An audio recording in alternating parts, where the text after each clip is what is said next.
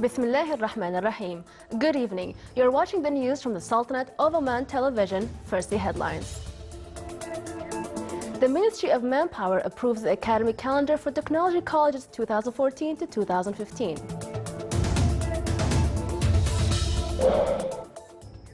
Coinciding with World Population Day, the National Center for Statistics and Information announces poll results of Omani youth approaches.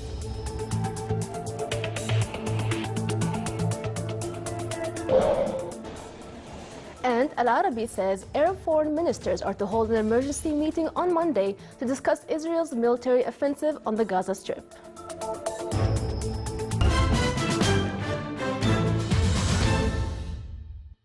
Those were the headlines. Now for the news in detail.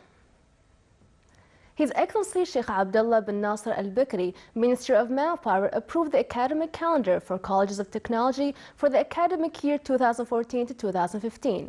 This came in a decision issued by the minister stated that the academic day for students of foundation year and specialized programs in all colleges of technology shall start from 8 a.m. to 8 p.m. and that Sunday, the 7th of September 2014, shall be the beginning of the first semester for them. Thursday, 11th of December 2014 shall be the end of the first semester for specialized program students, and Thursday, the 18th of December 2014 shall be the end of the first semester for foundation year students.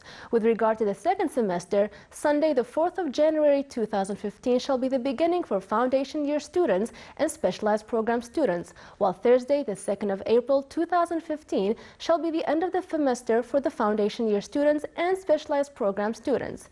The ministerial decision states that the dean of the college may postpone or prepone the leave for some members of administrative and academic faculty as the work necessitates, provided that another date will be assigned for those whose leave postponed equal to the same deduction or compensation as per the applicable systems.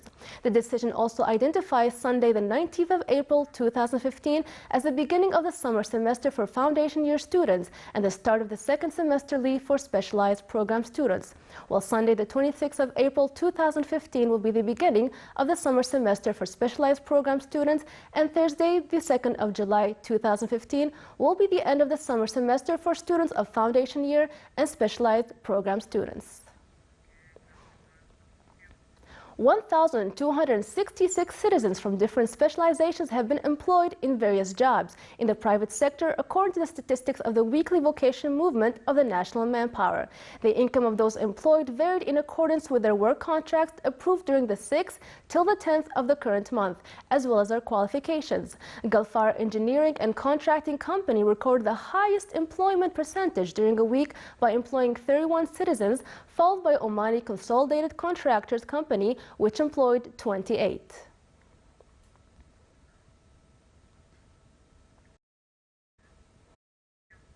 Coinciding with World Population Day, the National Center for Statistics and Information announced poll results of Omani youth approaches. The center indicated that 42% of job seekers prefer to set up private projects, whereas only 20% of college students do so.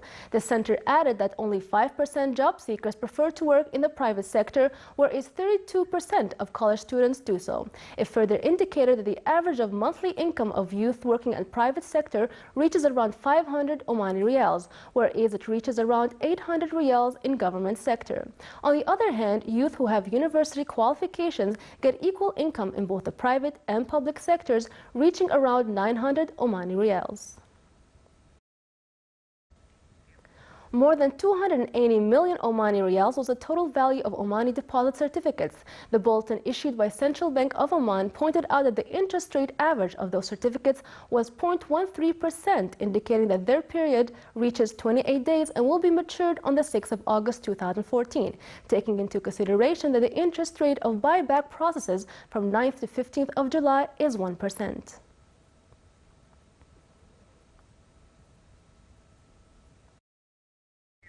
Muscat Securities Market Index closed last week with an increase by 41.9%, recording more than 136 points.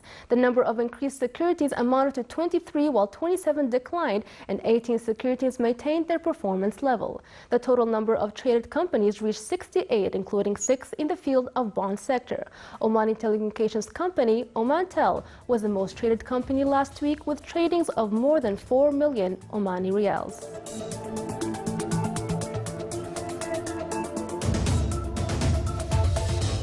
Still to come in our news bulletin, Dutchman Boyan Slat is only 19 years old, yet he already has 100 people working with him on an innovative project.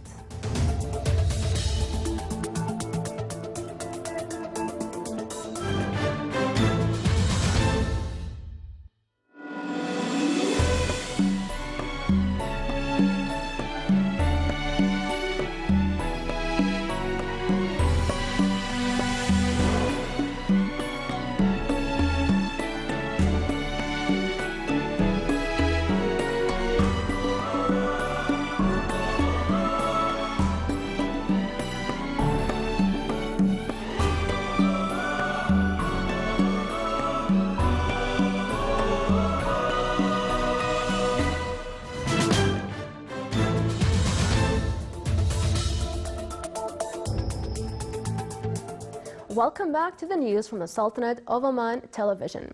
Arab League chief Nabil Al-Arabi said that Arab foreign ministers are to hold an emergency meeting in Cairo on Monday to discuss Israel's military offensive on the Gaza Strip, in response to a request by Kuwait, current chair of the Arab Summit. However, Israel showed no sign of pausing despite international pressure to negotiate a ceasefire. Meanwhile, the death toll in the Gaza Strip topped 121 as Israel bombed dozens of targets overnight on the 5th day of airstrikes. According to medics, 9 people, including 2 disabled women, were killed. 3 men were killed near a mosque in western Gaza City. Elsewhere, fierce clashes broke out across the West Bank last night and early today between Israeli troops and young Palestinian men protesting the ongoing military offensive against the Gaza Strip. In Ramallah, in the central West Bank, Palestinian protesters this morning used rocks to block the road to an Israeli military base near the town of Sinjar in the north. Also today, dozens of angry young Palestinian men attacked an Israeli military post in Tal al-Asur in the village of Kafar Malik, north of Ramallah. 8 civilians, including 5 women, were killed when a roadside bomb blew up their vehicle in southern Afghanistan.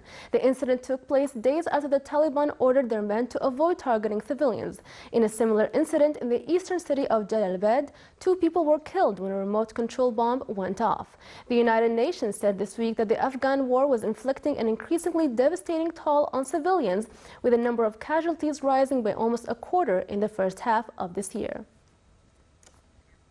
Ukrainian warplanes bombarded separatists along a broad front today, inflicting huge losses, Kyiv said, after President Petro Poroshenko said scores and hundreds would be made to pay for a deadly missile attack on Ukrainian forces. Andriy Vlesenko, a spokesman for the anti-terrorist operation, said warplanes also struck at targets near Donetsk, the East Main's town, where rebels have dug in, destroying a powerful fighter base near Dzerzhinsk. He added that in an earlier air attack on a base near Pervilask, north of Donetsk, 2 tanks, 10 armored vehicles, and about 500 rebel fighters were destroyed. In exchanges marking a sharp escalation in the 3-month conflict, jets struck at the epicenter of the battle against the rebels close to the border with Russia. The planes targeted positions from where separatists, using high-powered Grad missiles, bombarded an army motorized brigade yesterday, killing 23 servicemen. U.S. Geological Survey reported that a 6.8 magnitude earthquake hit off the coast of Japan's northeast early this morning, with its epicenter located some 129 kilometers from the city of Nami in Fukushima Prefecture. According to the Japan Meteorological Agency, the quake was centered at a depth of about 10 kilometers. Tsunami advisories were issued for Fukushima Prefecture as well as for nearby Iwate and Miyagi prefectures, but were lifted 2 hours later. The quake triggered a small tsunami of about 20 centimeters at Ishinomaki in Miyagi Prefecture and other locations in northeast Japan. No major damage was reported. There were no reports of abnormalities at Fukushima 1 nuclear plant following the quake.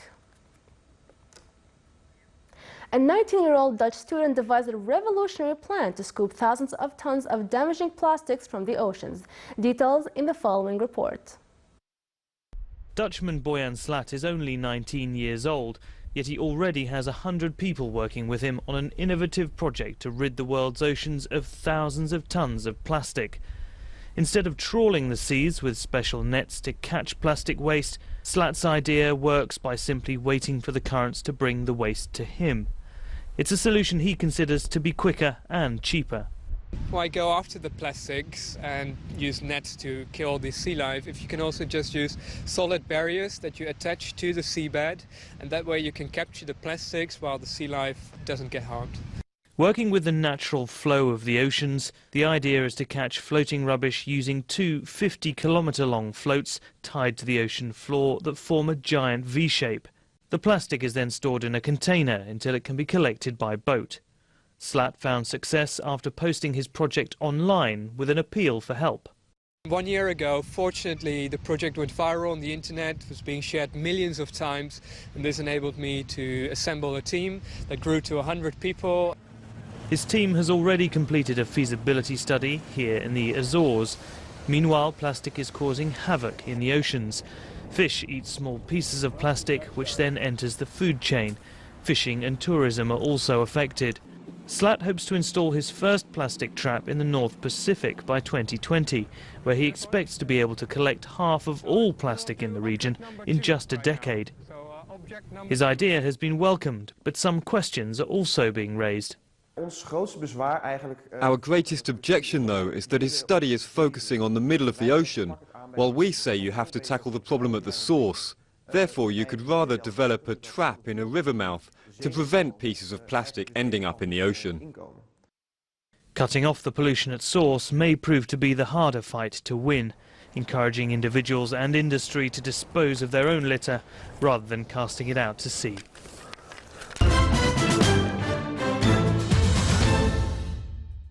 Here are the Ramadan times for tomorrow. Fajr prayers will be at 4:02 a.m. and Maghrib prayers at 7:02 p.m.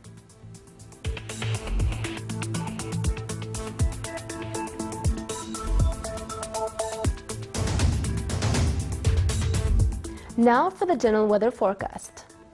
Partly cloudy to cloudy skies will prevail over the coastal areas of the Governorate of Dhofar and nearby mountains, with chances of intermittent drizzle. Rest of the Sultanate will have clear to partly cloudy skies with chances of scattered rain, occasionally thunderous, accompanied by gust winds and hails over parts of the Hajan Mountains during the afternoon. Winds will be southerly to southwesterly moderate to active along the coast of the Arabian Sea, while it will be northwesterly light to moderate along the rest of the Sultanate. Seas along the coastal areas of the Arabian Sea will be rough with a maximum wave height of 4 meters, and along the rest of the Sultanate's coast it will be moderate with a maximum wave height of 1.5 meters.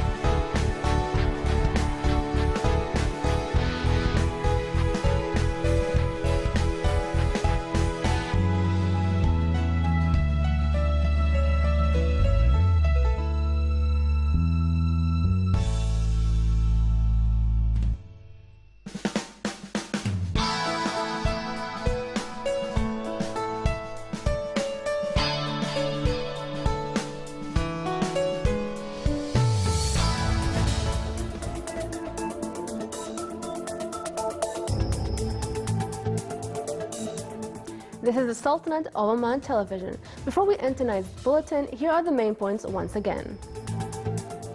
The Ministry of Manpower approves the academic calendar for technology colleges 2014 to 2015.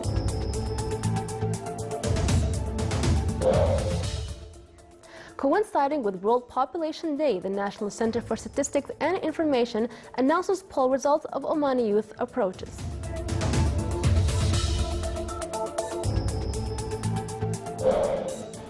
And Al Arabi says Arab foreign ministers are to hold an emergency meeting on Monday to discuss Israel's offensive military on the Gaza Strip. With that, we come to the end of tonight's news bulletin. From all of us here at the newsroom and the studios, it's good night.